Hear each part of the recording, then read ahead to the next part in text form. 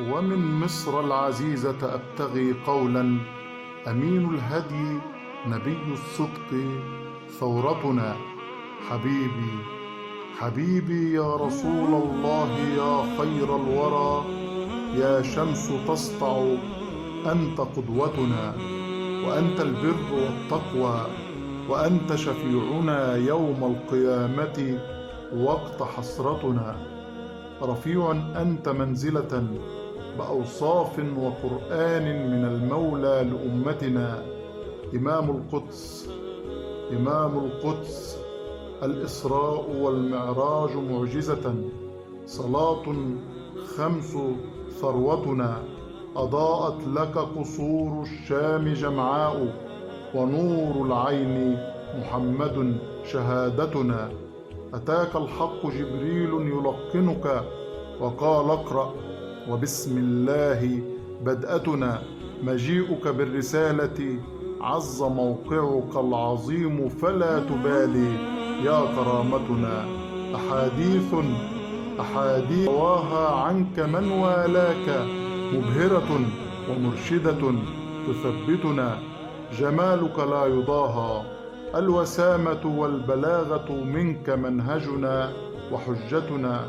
وذو خلق عظيم صادق متواضع الأفعال، عبد الله أسوتنا. قوي رغم تآمرهم عليك، فلم يهزوا طرفك الإسلام رايتنا. فما أرسلت إلا رحمة للعالمين، ومنقذا من أجل عزتنا. ولين لا ترد مطالب يرجو، مثال العدل والإحسان غايتنا. فقد حذرتنا سلفا من الظلم الذي لولاه ما غربت براءتنا. مقيم الشرع مهما كان موقعه، وتعدل بين زوجات منارتنا. فسيرتك البديعة لا يوازيها مديح، جل مقامك يا مسيرتنا. حليم لا يعكر صفو مجدك. أحمق لو ظن أن الجهل يسقطنا. صبور لا يؤرقك. أتاك الكفر بهتانا، وحان الآن وقفتنا. ندافع عنك بالكلم، نهاجم زيف بالقلم، فنحن حماة قبلتنا. يغار منك أشخاص أذاعوا الحقد إفلاسا، وما عرفوا رسالتنا. فكيف تجرؤوا والخوف جرأتهم، وكيف الصمت عن إجرام يمقتنا. ومن يؤذيك سوف ينال إسقاطا من التاريخ، لن ترحمه قسوتنا. فنحن فداك يا محمود، يا مشهود، يا مرفوع فوق الرأس هامتنا.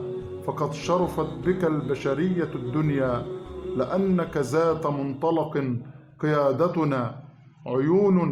عيون لا تنام بكت تخاطبك، فأنت الساقي يوم الجمع شربتنا. نبي الله والقرآن منصفك. بذكرك نستقي ورعا محبتنا. كفى بقلوبنا حبا نؤكده، نسطره ونسرده لقامتنا. سكوت حين يذكر اسمك العالي، فلا يعلوك إنسان عراقتنا. كلام عنك إن كثر الكلام قليل، يا نبع الفؤاد وربيع دعوتنا.